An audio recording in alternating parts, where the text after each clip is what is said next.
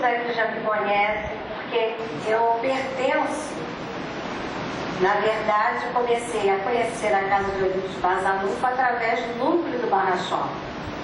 Então, já trabalho no núcleo do Barra Shopping do Olímpicos Bazanufo há 12 anos. E, posteriormente, com a criação do núcleo Chico Xavier, nós estamos trabalhando lá também, né? Mas eu sou da Casa de Olímpicos. E, particularmente, esse mês eu fui agraciada com 2 presentes muito bons. Na primeira quinta-feira desse mês, dia 6, eu falei na Casa de Eurípides, lá do Recreio, que eu moro no Recreio. E hoje, a última quinta-feira do mês, estou na Casa de Eurípides, como nós chamamos lá no Recreio, Euripão. E para a Casa de Eurípides lá do Recreio, eles são os Euripinhos e vocês são os Euripães, os Euripões aqui da casa, né? Mas que hoje o Marcos Juver está falando lá e eu estou falando aqui. É bom que nós estamos sempre trabalhando, né? E também o presente se tornou maior quando me deram o tema, que é falar de Maria de Nazaré. Embora nós não tenhamos tanto material biográfico de Maria de Nazaré, nós temos muito material do trabalho que ela fez aqui na Terra, né? E nós nos perguntamos por que será que entre tantas candidatas a Mãe de Jesus ela foi escolhida por Deus? Porque Deus não escolheu os doutores da lei para educar seu filho. Por que será que Deus escolheu uma adolescente que não era rica, não pertencia à linhagem de alta classe e ainda morava numa região de pouca importância como a Galileia, né? Maria viveu uma época em que as mulheres eram apedrejadas quando pegas em adultério, e ela e outras meninas de sua idade eram obrigadas a assistir isso. E ela se compadecia muito dessas irmãs, né? Porque os homens eram simplesmente afastados, mas as mulheres eram apedrejadas até a morte. E com isso, com a cultura do seu povo, que era muito atrasada, e as dificuldades de sobrevivência daquele tempo, as mulheres amadureciam mais cedo. Por isso que nós temos mais juízo que os homens, né? Amadurecemos muito mais, vemos longe. Porém, Maria ainda era uma adolescente. E como muitas jovens da sua idade, já estava noiva, prometida a José. Na cultura judaica, o noivado era tão sério quanto o casamento. Ela estava prestes a finalizar o ritual do casamento. E assim sua vida transcorria tranquilamente, dentro da normalidade, quando lhe ocorreu o fato que modificaria totalmente a sua existência. Ela estava na sua humilde casa, quando o anjo Gabriel lhe apareceu, e Gabriel quer dizer homem de Deus. E lhe disse: alegra-te, muito favorecida, eis que engravidarás e darás à luz um filho cujo nome será Jesus. Ele será grandioso e será chamado Filho do Altíssimo.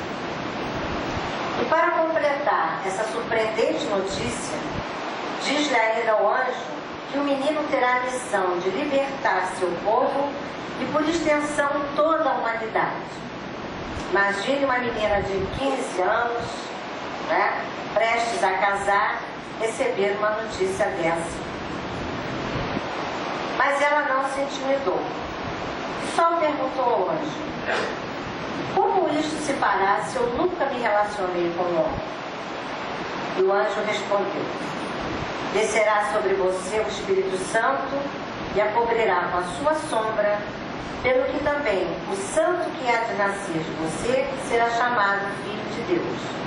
Isso está neste livro, Maria de Jesus, que eu usei, né, para o estudo, Usei também esse livro que é muito interessante, do Augusto Cury, é a Maria, a maior educadora da história. Usei Boa Nova, né? E claro, não podia deixar de utilizar o Evangelho, né? Bom, e o anjo citou também, para que Maria ficasse mais convicta, o caso de Isabel, que era prima de Maria, já era uma senhora, e foi considerada, né, no caso, uma mulher estéril, mas já estava grávida de 6 meses. Então Maria ficou surpresa, porque não sabia que ninguém sabia que a sua prima estava grávida. Ainda mais pela idade dela, né? E o anjo contou isso para Maria para dar-lhe mais firmeza, para mostrar-lhe que para Deus nada é impossível. E Maria, demonstrando toda a sua fé em Deus, disse-lhe simplesmente: eis aqui a serva do Senhor, cumpra-se em mim segundo a sua palavra. E o anjo retirou-se. Maria, como serva do Senhor, não titubeou um segundo diante dos desígnios de Deus, pois sua fé era inabalável. Porque fé é uma coisa, né, que nós não impomos, né? Não é imposta por Deus. Deus gostaria muito que todos acreditassem nele, mas ainda tem irmãos que não acreditam. Eu me lembrei de uma história, não sei se vocês já conhecem, do barbeiro incrédulo. Um homem foi cortar o cabelo do barbeiro. Enquanto o barbeiro cortava seu cabelo, eles começaram a conversar. Conversaram sobre muitos assuntos, até que começaram a falar sobre a vida. E aí, o homem começou a falar de Deus para o barbeiro. Aí o barbeiro disse assim: olha, sinto muito, a conversa está muito boa, mas eu não acredito em Deus. Você não acredita em Deus? Não acredito em Deus. Mas por quê? Porque se Deus existisse, não haveria tanta miséria no mundo, tanta gente em sofrimento. Aí o homem disse: tudo bem, a sua opinião eu respeito. O barbeiro acabou de cortar o cabelo dele, ele pagou e foi saído da barbearia. Eis que ele vê na rua um mendigo todo sujo, com a barba enorme, o cabelo enorme. Aí ele não titubeou, fez meia volta, voltou para a barbearia e falou para o barbeiro: eu não acredito em barbeiros. Aí o barbeiro disse: por quê? Ele falou: porque se barbeiros existissem, né, não existiria pela rua pessoas com os cabelos grandes e as barbas enormes. Aí o barbeiro virou-se para ele e falou assim: mas eles estão nesse estado porque eles não me procuram. Aí o homem olhou para ele e falou assim: eu acho que agora você entendeu porque Deus existe. Então pensemos nessa história, né? Porque Deus existe, né? Nós temos que procurá-lo, mas para acharmos Deus há um propósito. Nós só podemos achá-lo se nós realmente quisermos. Se nós procurarmos Deus sem o propósito de achá-lo, nós não vamos encontrar Deus. Essa vontade tem que estar dentro de nós. Achar Deus, confiar em Deus, ter a fé em Deus. Bom, e Maria, voltando a Maria, ela demonstrando toda a sua fé, né, se colocou à disposição do Senhor. Se fosse um de nós, mas com certeza alguns argumentariam logo: não, eu não sou digna de tão importante missão. Quem sou eu para ser a mãe de Jesus? Outra diria: não, eu não sou casada. Seria acusada de adultério e apedrejada até a morte. Não, por favor, escolha outra. Porque nós costumamos fugir das missões que Deus nos dá, das tarefas que Ele nos dá, para que cresçamos mais, não é? Nós não temos essa coragem, essa audácia, no bom sentido que Maria teve. E nós já temos essa fé raciocinada, essa fé inabalável em Deus. E muitos dirão assim, mas eu tenho fé em Deus. Eu já frequento a casa espírita há muitos anos. Já li todas as obras de Kardec. Tomo passe toda semana. Mas Deus é amor. E nós vivenciamos o amor. Nós vivenciamos Deus. Se eu sou aquele tipo de pessoa que ao despertar, nem abrir os olhos e já penso, meu Deus, tem que levantar, aturar esse pessoal aqui de casa, ter que trabalhar, que vida, enfrentar esse trânsito. Claro que eu ainda não creio em Deus, se eu já acordo com esse tipo de sintonia. Eu ainda não me dei conta de tudo de bom que Deus me deu, né? Mas eu valorizo tudo que eu não tenho, tudo que eu não quero. Valorizo mais do que eu tenho. E essa é uma das causas dos nossos sofrimentos. Nós valorizamos mais o que não temos do que o que já temos. Nem prestamos atenção, às vezes, da maravilha que é quando nós acordamos, levantar com os nossos próprios pés, tomar o nosso banho, fazer a nossa higiene. Quando tantos irmãos estão nos hospitais, dependendo das pessoas, né? De outras pessoas, nós não nos damos conta disso. Então, uma pessoa que já desperta pensando assim, embora ela tenha a casa espírita, embora ela leia as obras de Kardec, ela ainda não tem fé em Deus. Mas se eu, ao despertar, nem abrir os olhos, porém elevo meu pensamento ao Pai, agradeço e oro. Bom dia, meu Pai. Obrigado, Pai querido, por mais este dia de vida, por mais esta oportunidade de trabalho. Fortaleça-me para que tudo que eu hoje faça, o faça dentro das leis divinas. Aí eu acredito em Deus. Aí eu me entrego a Deus porque eu confio nele. Eu não me acomodo. A minha fé é inabalável, mas a minha fé é ativa. Eu vou ao trabalho. Eu não fico em casa esperando que Deus resolva os meus problemas. Não é? Então, a minha fé é inabalável, mas é ativa.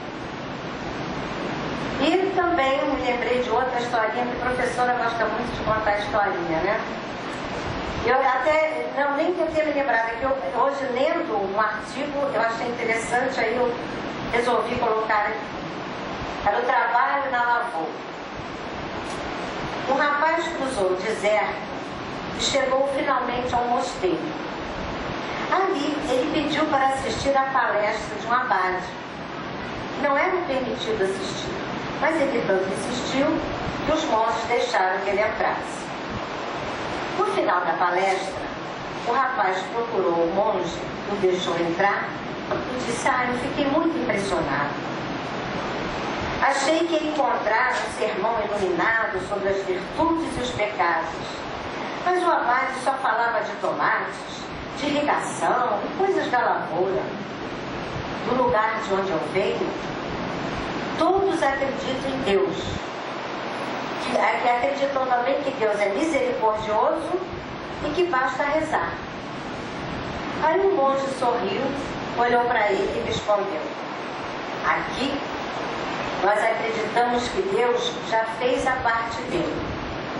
Agora cabe a nós continuar no processo. E realmente, né, nós temos que refletir, porque costumamos nos acomodar, costumamos transferir para Deus, para o outro, a responsabilidade da nossa felicidade. Imagine se cada um passasse para o outro a sua felicidade. Qual seria o nosso objetivo? Como nós iríamos crescer se o outro é que vai me fazer feliz? Né? Então, a tarefa é nossa.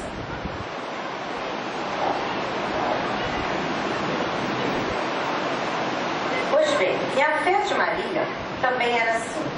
Maria estava pronta para os desafios. Ela sabia que ao aceitar a proposta do anjo Gabriel, ela teria que enfrentar o seu noivo, porque ela não era nem casada, e toda a sociedade. mas ela confiou em Deus. Ela era muito corajosa, apesar de muito nova. Ela era tão corajosa que já no final da gravidez, ela foi de Nazaré para Belém para fazer aquele censo, né, que foi decretado pelo imperador César Augusto, e ela foi. No rio, ela, José, Jesus e seu filho. E como a cidade estava toda lotada, eles não encontraram um lugar para repouso, né? Daí Jesus nasceu no estábulo, numa manjedoura em Belém da Judéia, onde reinava Herodes. E Herodes, ao saber pelos reis magos que o rei de Israel nascera, sentiu-se ameaçado e pediu aos reis magos que assim que eles localizassem este menino que nascera para ser o rei de Israel, comunicassem a ele. É evidente que os reis magos espertos desconfiaram da atitude dele e não avisaram. Foram visitar Jesus e foram embora. Mas Herodes, apesar de esperar vários meses pela notícia da localização do menino, quando ele se sentiu traído, a ele deu a ordem para que todas as crianças, os meninos com menos de 2 anos, de 2 anos para baixo, fossem assassinados. E foi aquela tragédia que todos nós sabemos, né? Bom, só que assim que os reis magos partiram, José foi avisado por um anjo que corria perigo. E o anjo do Senhor disse a José: levanta-te, toma o menino e sua mãe, foge para o Egito e fica lá até que eu lhe avise e te ordene voltar, pois Herodes procurará o menino para matá-lo. Assim, Jesus, Maria e José ficaram no Egito por cerca de 4 anos, até a morte de Herodes. E aí eles voltaram para Nazaré, sempre seguindo as indicações do anjo do Senhor. Maria já estava percebendo que a sua vida como mãe de Jesus não ia ser fácil. Ela estava sempre fugindo, sem saber de quê e para quê. Mas ela nunca se lastimou, nunca perguntava a Deus: por que eu? Por que isso comigo? Ele não é seu filho? Por que eu tenho que fugir? Por que ele está ameaçado de morte? Ela cumpria as ordens do Senhor com aquela fé inabalável, né? Ela usava a sua intuição para educar Jesus, porque ela era muito menina. Pois nós sabemos que filhos não vêm com manual de instrução, né? Muito menos Jesus. Quando nós temos um filho superativo, um superdotado, né? Nós ficamos, às vezes, sem saber como educá-lo. Imagine ser mãe de Jesus, educar Jesus.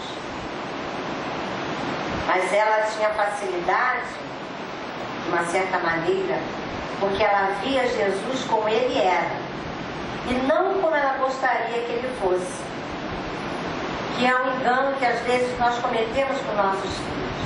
Nós queremos que eles sejam como nós gostaríamos que eles fossem. Nós não percebemos que cada filho é um presente que a espiritualidade nos dá, para que o ajudemos a crescer, a se desenvolver, a se transformar, como nós também temos essa missão de nos transformarmos, né? Costumamos impor aos filhos. E quando Jesus, aos 12 anos, desapareceu por 3 dias, porque eles foram para uma festa, era uma espécie de peregrinação, e iam aquelas caravanas, e as crianças iam brincando umas com as outras, iam se conhecendo durante a viagem. E na viagem de volta, Maria achava, Jesus não estava junto dela, mas ele achava que ela estava junto das crianças. E ela não se preocupou. No primeiro dia, ela pensou: ele deve estar dormindo com alguém da caravana lá atrás. Aí foi procurar no dia seguinte, ela e José já o encontraram. No terceiro dia ela resolveu voltar. E aí ela encontrou Jesus no templo, conversando com os doutores da lei, como se fosse um deles. E muito mais esclarecido que eles. Mas a atitude dela não foi como muita gente, a gente vê quando acha um filho, né, que perdeu. Primeira coisa é castigar, é bater, é sacudir. Por que você fez isso? Não. Ela, com a serenidade, só disse para ele: meu filho, por que você desapareceu? Você não pensou que seu pai e sua mãe estariam aflitos? Mas ela ficou mais espantada ainda, foi com a reação de Jesus. Ele disse: ué, minha mãe, por que você está estranhando isso? Será que você não percebeu ainda que o meu lugar é aqui, na casa de meu pai? Mas ainda realmente nem ela nem José tinham se apercebido da grandiosidade de Jesus. Ela sentia que o filho dela era diferente, mas ela não sabia que era tanto. O filho dela era a magnitude de Deus encarnado em nós, né? Mas não castigaram. E a gente começa a perceber, principalmente quando lê sobre Maria, que ela não era especial porque ela foi escolhida, mas certamente aos olhos de Deus ela foi escolhida porque ela era especial. E ela, mesmo notando que seu filho era diferente, ela nunca o deixava só, alegando que Deus toma conta dele. Já não vieram me dizer que ele é o filho de Deus, então que Deus tome conta dele. Não. Ela era uma mãe atenta, cooperadora de Jesus, estava sempre se interessando por ele, né? Ela era uma mãe vigilante, era uma mãe presente. Ela fazia a sua parte. Ela não se acomodava, deixando para Deus cuidar de seu filho. Não. Ela fazia parte dela. Uma vez, Maria, ao ser visitada por sua prima Isabel, elas começaram a conversar sobre seus filhos, Jesus e João. Crianças que já deixavam transparecer a proximidade com Deus. João, segundo Isabel, vivia sempre solitário, pensando, andando pelas matas, conversando sozinho. Jesus, segundo Maria, conversava com estranhos, que não era usual na época, conversava com viajantes, com mendigos, com sofredores, trazia pessoas consideradas lacras para dentro de sua casa, dava alimento aos famintos. E ela ficava impressionada como Jesus falava com ela de sua comunhão com Deus, né, com muita firmeza. E para a idade dele, realmente ela ficava, né, assim, surpresa. Mas também ela não interferia, não perguntava a ele, não ia além. Deixava fluir toda a luz que ele tinha. Mas essa atitude, tanto de Jesus como a atitude de João, deixava as mães com uma certa preocupação no sentido do futuro deles perante a sociedade. Porque elas sabiam que aquela sociedade ainda era muito rude, ainda era muito distante de Deus. Ainda havia Deus como aquele pai que punia, que cobrava, que exigia. E Maria narrou para Isabel a facilidade com que Jesus argumentava quando questionado pelos doutores da lei. Ele ia para o templo e conversava de igual para igual. Ele nunca perguntava aos doutores da lei sobre alguma coisa. Ele dizia aos doutores da lei o que era, o que Deus queria.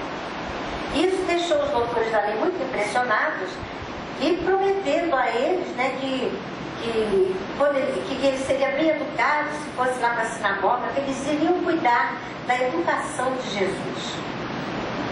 E faziam várias promessas, né, para a sua formação, porque eles percebiam que Jesus tinha alguma coisa mais a dizer e poderia ser uma ameaça para eles.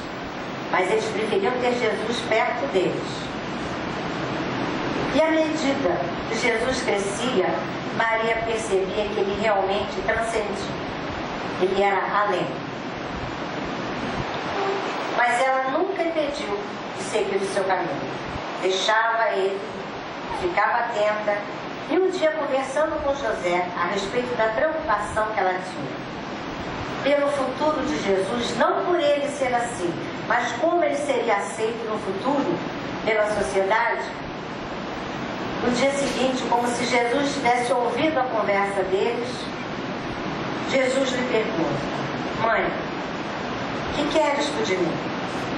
Acaso não tenho testemunhado a minha comunhão com o Pai que está no céu? Ou seja, Jesus testemunhava a sua identidade com Deus através do amor ao próximo, né? E ele se preocupava com todos. Ele era o amor divino vivo, atuante. Jesus não adorava a Deus, Jesus vivia a Deus. E Maria entendeu então que seu filho era um apaixonado pela humanidade, assim como Deus o era. Jesus não se dava, Jesus se doava. Porque dar é diferente de doar. Dar é dar do bolso, daqui para fora, né? Doar é dar do que temos, né? Doar, na verdade, é dar do que somos. Quando nós estamos dando o que temos. Estamos dando nossa roupa que não queremos mais, ou uma roupa nova, ou um remédio, ou, né? Estamos dando o que temos. Mas quando nós nos doamos, nós estamos doando a nossa paciência, o nosso carinho, né? A nossa compreensão, a nossa compaixão. Isso é o que nós somos já. Quando nós somos compreensivos com o outro, é porque nós já temos a compreensão. Já é nossa, já somos pacientes, né? E quando eu dou alimentos, quando eu dou remédios, quando eu dou roupas, mas no hospital eu não vou não. Ah, no asilo eu também não vou não. No orfanato, nem pensar. Eu não gosto de ver coisa triste. Mas pode dizer o que você precisa para o asilo, para o orfanato, para o hospital, que eu dou. Né? É evidente que isso já é um caminho. Mas vai ser muito melhor o dia que nós formos ao hospital, levarmos um sabonete, uma pasta, uma roupa, mas levarmos também um abraço, um carinho, uma palavra de consolo, né? Isso faz muito bem a todos nós. Eu digo isso porque nós estamos começando no núcleo Chico Xavier, junto aqui com o grupo de Eurípides, a visita ao Grupo Haiti, todo terceiro domingo do mês. E nesse penúltimo domingo nós estivemos lá, tinha muitos centros, inclusive, lá visitando, tinha um centro do MEC que estava até com gorrinho de Papai Noel. E nós, quando vamos ao Grupo Haiti, saímos de lá muito mais felizes do que entramos. Não aquela felicidade de dizer, graças a Deus isso não foi comigo, não. É que a felicidade de nos sentir úteis, de nos sentir amigáveis, de nos sentir que já estamos nos preocupando com os outros, que já estamos nos doando. Isso faz muito bem a todos nós. Mas também não precisa para se doar no hospital. Nos doemos aqueles companheiros difíceis que temos no nosso lar, no nosso trabalho, na nossa casa espírita, na nossa convivência. Já é também uma grande doação, né? Então doar é colocar em prática todas as nossas conquistas, que não perdemos mais, que é a paciência, a tolerância, a compreensão, né? Doar é tão de dentro que nós não dizemos assim, eu vou dar sangue. Não. Nós dizemos, eu vou doar sangue. Por quê? É aquilo que está mais dentro de nós. E esse é o verdadeiro doar, não é? É tirar mesmo de dentro, do coração.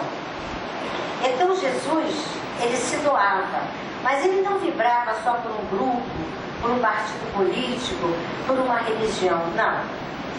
Jesus vibrava pela humanidade inteira. E Maria sentia cada vez mais que seu filho não vivia só para a sociedade da Galileia. Cada vez mais ela sentia que aquilo que o anjo lhe dissera, que ele seria o salvador do seu povo e também da humanidade, iria se concretizar, mas ela só não tinha ideia de quando.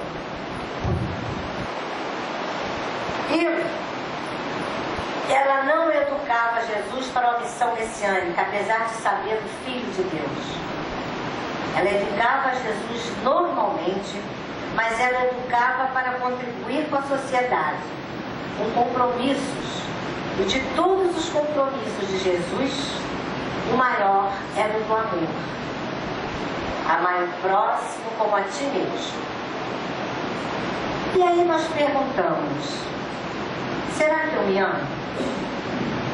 Porque para amar, eu tenho que me conhecer. Só amamos verdadeiramente o que conhecemos. E o autoconhecimento mostra o que já existe em nós. O autoconhecimento retira esse véu que nós queremos forçar, persistir que ele exista ainda em nós. E nos mostra como somos. E nesta autoanálise, ao retirar esse véu, eu me desculpo. Revelo o meu lado negativo, que eu vou, por amor a mim, me esforçar para melhorar. Mas mostra-me também o meu lado positivo. Faz-me perceber que eu fui criado perfeito. A perfeição relativa, mas eu fui criado. Deus já colocou em mim todas as virtudes, Mas o que Deus quer é que nós descubramos isso. E às vezes nós não nos damos conta. E às vezes até nos surpreendemos conosco.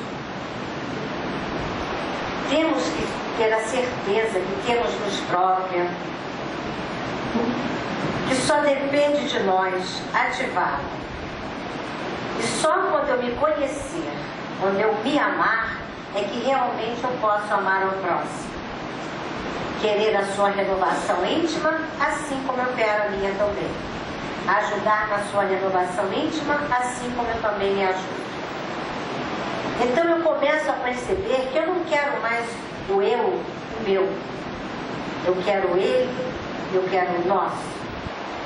Eu começo a perceber que eu faço parte de uma família universal. Que todos somos filhos de Deus. Todos somos irmãos. Que moramos na mesma casa, que é o planeta Terra. Mas para colocar esse amor, para colocar esse amor em prática, esse amor ao próximo, nós não precisamos de grandes ações. Com pequenos gestos, podemos demonstrar que já começamos a amar, a respeitar o outro. É no calar, na hora certa, é no olhar amigo, é no falar também na hora exata. É quando eu já sei que tem irmãos que vivem das minhas sobras lá no lixão,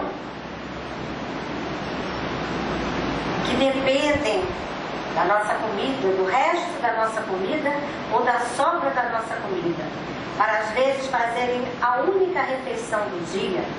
Quando eu me dou conta disso, e eu já começo, por amor a mim, por amor ao próximo, eu já começo a pegar aquela comida, não jogar direto na lata do lixo. Começo a botar no saquinho plástico, fecho com todo carinho, coloco na lata do lixo.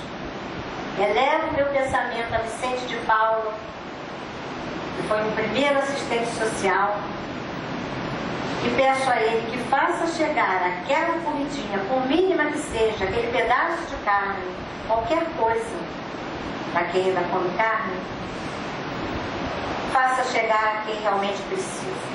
E tenho certeza que Vicente de Paulo vai encaminhar essa comida para aquele irmão que precisa. Quando eu me dou conta também que há irmãos que continuam vivendo no lixão, mas agora já numa fase melhor, trabalham com a reciclagem. E lá no lixão, quando recebe, em vez de receber aquela garrafa suja, aquela embalagem de leite suja, aquela garrafa com restos de refrigerante ou de cerveja, sem tampa, que já estão com bichinho dentro, inseto. Mas a alegria que ele deve sentir quando receber aquela garrafa lavada, aquela embalagem de leite limpinha, né? Imagine a alegria dele que vai ser. Não vai ter aquele mau cheiro. E eu saber que eu proporcionei essa alegria a alguém que nem me conhece, mas tenho certeza que terá um pensamento de gratidão para quem fez aquilo. Então se estabelece entre eu e aquela pessoa, entre nós dois, aquela pessoa que nem me conhece, se estabelece uma corrente de amor, se estabelece um círculo virtuoso, o círculo de virtudes, o agradecimento dele e a minha alegria por saber que estou servindo ao irmão. E nós, que ainda somos pais, avós, educadores da atualidade, estamos educando nossas crianças com esta visão de amor universal, como Maria educou Jesus? Estamos ajudando as nossas crianças, os nossos adultos, os nossos jovens, com as nossas atitudes dentro da lei divina, a entenderem o que é compartilhar, o que é respeitar o outro, o que é ter limites, o que é viver em sociedade. No primeiro momento, quando nos damos conta do noticiário, nós achamos que não, porque vemos a juventude, né, fazendo coisas incríveis. Né? E pais também, atitudes incríveis de pais. Né? Também, falando vulgarmente, passando a mão na cabeça dos filhos, achando que é normal um filho bater numa doméstica. E é normal, porque ele, afinal de contas, ele é uma criança, ele está fazendo faculdade, e ele não pode ficar preso, ele não pode sofrer uma correção. Né? E que será, ou será ainda que nós somos aqueles, como nós temos, que colocam uma criança na moto ou no carro, colocam no colo e saem dando voltinhas. É rapidinho ela, familiarizando aquela criança com o volante e se espantando quando aos 15 anos a criança pega o carro, sai e faz uma besteira, se esquecendo que a responsabilidade ficou lá atrás. É aquele pai que colocou uma criança no colo e saiu dirigindo com ela, que hoje em dia está vendo o filho carregar para o resto da sua existência a culpa, né, de machucar alguém, de ferir alguém ou até de matar alguém. Ou então quando eu saio com a minha família no carro, avanço o sinal, jogo latinhas, papéis, embalagens, tudo pela janela e ainda digo, não estava sujo mesmo? Todo mundo joga. Não é só eu que jogo. Estamos dando noção às nossas crianças de que a terra é a nossa casa. Estamos nos dando conta de que é até uma burrice nossa. Porque se Deus quiser, nós voltaremos aqui para a Terra e vai se tornar um planeta de regeneração. E se nós voltarmos para cá, vamos achar a casa exatamente como nós a deixamos. Então é melhor arrumá-la para vir para uma casa mais limpinha, mais arrumadinha, mesmo? Nós estamos respeitando esse planeta lindo que Jesus fez para nós? Parece que não. Não é?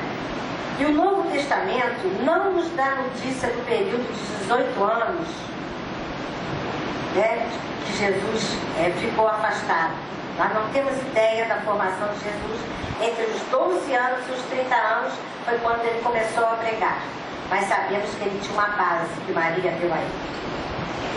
E no início do Evangelho, no Evangelho de João, Maria aparece ao lado de Jesus nas bodas de Caná, quando se dá aquele milagre da transformação da água em vinho, né? E Emmanuel, ao comentar a citação que está em João, quando Maria diz aos serventes da festa, fazei tudo quanto Jesus nos disser, nos lembra que estamos nas festas de noivado do Evangelho, com a terra, com a humanidade, e nesta festa nós ainda somos os serventes. Às vezes pensamos que se esgotou em nós o vinho da esperança. Sentimos-nos extenuados, desiludidos. E como sempre, quem nos socorre é a nossa Mãe Maria, que nos fala: fazei tudo o que Ele vos disser. Fiquemos atentos a esse conselho de Maria. Pensemos nisso. E Maria teve que ver, assistir à prisão de Jesus, a sua condenação. Isso para ela, como mãe, foi um sofrimento muito grande. Mas ela não perdeu a fé em Deus. Ela até o último momento, como humana, achava que Deus ia salvar Jesus. Mas a partir do momento que ela percebeu que ia se cumprir a vontade de Deus, foi isso que ela fez. Cumpra-se a vontade de meu Pai. Bom, e depois que Jesus se retirou, ele foi para a espiritualidade. Os discípulos se dissiparam pelo mundo, se espalharam pelo mundo para pregar a Boa Nova, e Maria foi para a casa dos parentes seus. E um dia ela estava lá na Bataneia, que é o nome do lugar onde ela foi, quando apareceu João e disse que estava morando em Éfeso e que veio buscá-la, porque ele tinha conseguido uma casa. E ela foi. É evidente que a casa em que Maria morava com João tornou-se a casa da Santíssima, porque era lá que ela atendia aos necessitados, aos doentes, e era lá que os cristãos se reuniam. Segundo Emmanuel, essa casa foi visitada por Paulo, que lhe ouviu as narrativas do nascimento de Jesus. Paulo prometeu voltar a fim de recolher mais dados. Mas acontece que Paulo, ele viajava muito para divulgar a doutrina. E ele também recebeu um aviso de que iria ser preso. Então ele viajou mais ainda, despedindo-se das pessoas que ele gostava. E ele foi preso. Não deu tempo dele voltar para Maria. Mas aí ele indicou Lucas, que era um médico, seu amigo, para que Lucas fosse ouvir Maria e, enfim, redigir o Evangelho. Por isso que às vezes o Evangelho de Lucas é chamado também de Evangelho de Maria. E João trabalhava muito em Éfeso, trabalhava para a divulgação da doutrina. Maria, apesar de idosa, também continuava no atendimento aos necessitados. Um dia, ela mergulhada nas lembranças de Jesus, ela viu que um mendigo batia à sua porta. Ela abriu e ele disse: minha mãe, venho fazer-te companhia e receber tua bênção. E eles conversaram muito sobre Deus, e até que ela percebeu que aquele ser lhe trazia muita paz. E ele também percebeu que ela se emocionou e disse: meu filho. E ele falou assim: sou eu, minha mãe. Venha para os meus braços. E ela se emocionou muito e ele me disse: eu vim lhe buscar. Meu pai quer que você retorne à pátria espiritual. E no dia seguinte ela desencarnou. Mas não parou de trabalhar. Ela mudou no plano espiritual. São tantas as obras que a gente tem que ler, né? Ela fez no plano espiritual, segundo o espírito de Camilo Castelo Branco, que está narrado nesse livro aqui da Ivone, várias instituições, como o Hospital de Maria de Nazaré, como a Legião dos Servos de Maria, que cuida dos suicidas, como Camilo Castelo Branco, né? E aí acontece o seguinte: tanto no plano espiritual como aqui na Terra, quando o Sol se põe, há uma concentração de energia em torno de Maria. Por isso que aqui na Terra nós temos às 6 horas, né, essa vontade de conversar com Maria. Isso já vem da espiritualidade, segundo Ivone Pereira nos conta. Quando vamos no Evangelho segundo o Espiritismo, no capítulo 17, Sede Perfeitos, o homem de bem, e no item 3, percebemos que Maria se enquadra em todos os itens do homem de bem. Maria é a mulher mais elogiada do cristianismo e a que menos se sabe dela. É a menos conhecida biograficamente. E muitos cristãos não sabem, como eu também não sabia, que Maria é a única mulher exaltada no Alcorão, que é o livro sagrado do islamismo. Então que sigamos o exemplo dessa serva fiel, de resignação ativa, e que possamos tê-la como modelo, como guia, como quisermos chamar. Mas lembrando-nos sempre que através da ação no bem é que demonstramos ao Pai o nosso amor, o nosso respeito por Ele. Que possamos ao final deste ano olharmos no espelho da nossa alma e sentir que somos os nossos próprios escultores, como a página inicial nos disse. Deus nos fez com todas as virtudes numa pedra bruta. Temos que nos lapidar, tirar os nossos excessos, para vermos surgir o mais rapidamente o homem de bem. Mas essa tarefa só nós podemos fazer, não é? O Dalai Lama nos diz o seguinte: que só há 2 dias na nossa vida em que nós não podemos fazer nada por nós mesmos. É o dia de ontem e o dia de amanhã. Mas o dia de hoje, o presente, o agora, eu posso fazer tudo o que eu quiser por mim, para a minha felicidade. E para o homem de bem, a vida futura é agora. Ele faz o bem no presente.